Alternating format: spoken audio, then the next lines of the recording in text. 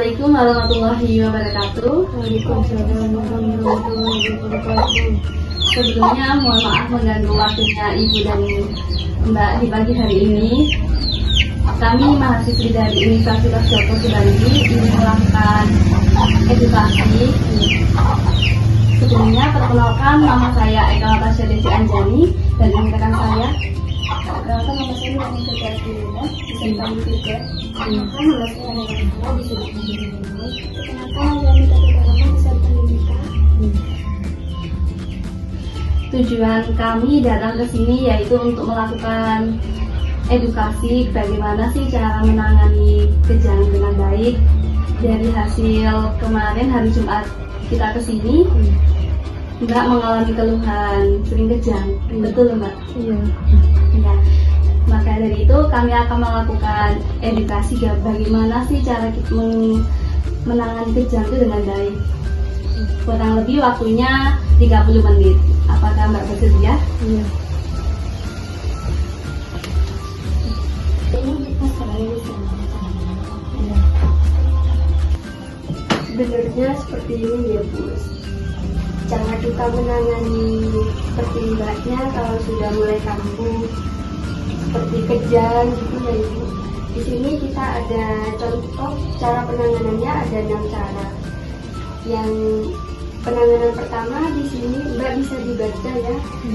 Di sini Ibu tetap tenang, menghadapi mbaknya tetap tenang, nggak usah panik seperti itu Ibu. Dan yang cara kedua, Ibu bisa meletakkan bantal di bawah kepala mbaknya. Letakkan benda lembut seperti apa saja, seperti kain atau bantal seperti itu ya Ibu. Terus yang ketiga, longgarkan pasangan pakaian mbaknya di sekitar leher. Kalau bisa memakai seperti pasangan yang seperti pakaian yang longgar seperti itu. Dan yang keempat di sini pastikan rongga amit ya Bu. Pastikan rongga mulut mbaknya bebas dari benda asing. Ibunya jangan melakukan kayak menaruh sendok atau ngasih air putih ke mbaknya. Jika mbaknya kejang itu tidak diperbolehkan memasukkan apapun ke dalam mulut mbaknya. Nah, dan yang kelima di sini akan dilanjutkan sama rekan saya ini. Langkah selanjutnya itu kalau pas lagi banyak kejang, Ibu bisa baringkan mbaknya itu menyamping. Jadi tidurnya itu menyamping, biar cairan yang ada di mulut, biasanya kan kalau orang kejang kan gitu kayak menggigit lidahnya gitu kan, itu diposisikan ke samping aja biar air liurnya itu nggak keluar gitu loh Ibu. Jadi disampingkan biar nanti itu kan bisa di tenggorokan ada dua saluran kan Ibu, itu bisa masuk ke pernafasan atau ke pencernaan. Agar tidak masuk ke saluran pernafasan itu nanti dimiringkan aja. Terus juga Ibu catat lama kejangnya sama ciri-ciri kejangnya. Kalau kejangnya lebih dari 5 bisa dibawa ke rumah sakit. Dicatatnya dengan pasti ya Ibu. Terus lalu ciri-ciri kejangnya, pas kejang itu tidak sadar atau sadar lama atau tidaknya, mukanya pucat atau tidak, itu bisa dicatat. Nanti kalau sampai mukanya sebadannya udah warnanya biru itu bahaya Ibu. Langsung dibawa ke rumah sakit aja. Soalnya kalau badannya udah lemes dan warna biru tuh biasanya suplai oksigennya nggak sampai ke hidungnya, jadinya mungkin bisa henti jantung kalau kayak gitu. Terus juga kalau pas 7 yang ke-7, Ibu kan biasanya sama mbaknya di rumah sendiri atau gimana Ibu? Ya, kalau ke sawah Ibu sendiri. Oh, gitu. Nanti kalau misalnya Ibu butuh pertolongan langsung panggil tetangga aja untuk menolong mbaknya. Terus lagi pas kejang itu nggak boleh sampai dipegangin gitu Ibu. Biarkan aja, tapi dimiringkan. Jangan dibatasin kejangnya. Soalnya kan kalau di kejang itu ototnya semuanya kaku. Nanti kalau dipaksa digerakin, takutnya ototnya pecah. Terus nanti kalau mbaknya udah dicatat lamanya berapa menit kejangnya, terus biasanya kalau setelah kejang lemes ya mbaknya lemes kan kalau setelah kejang lemes. Terus langsung bisa bangun atau gimana biasanya Mbak? Atau tiduran dulu? Tiduran Oh, tiduran dulu. Kayak gelap gitu ya? Oh, betul. Iya, Mbak.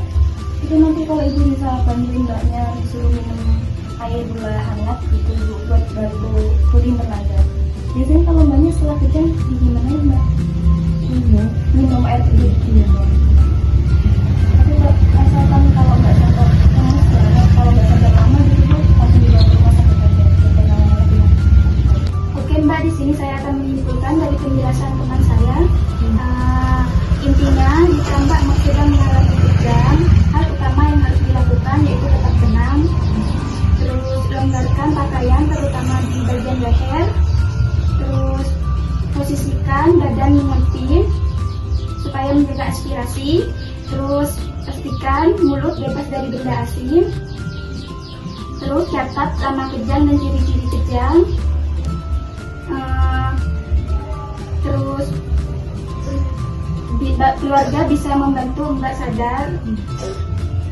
Jika kejangnya masih berlangsung selama 5 menit atau berulang-ulang serta Mbak tidak sadarkan diri, keluarga bisa menghubungi ambulan. Mungkin itu saja. Apakah ada yang mau ditanyakan Mbak Bu? Ya, mau periksa ya. Iya. Dan saya akan menjawab pertanyaan Mbak yang bisa menjawab dengan opsi 1 tidak puas, 2 puas, 3 puas, 4 cukup puas, dan 5 sangat puas.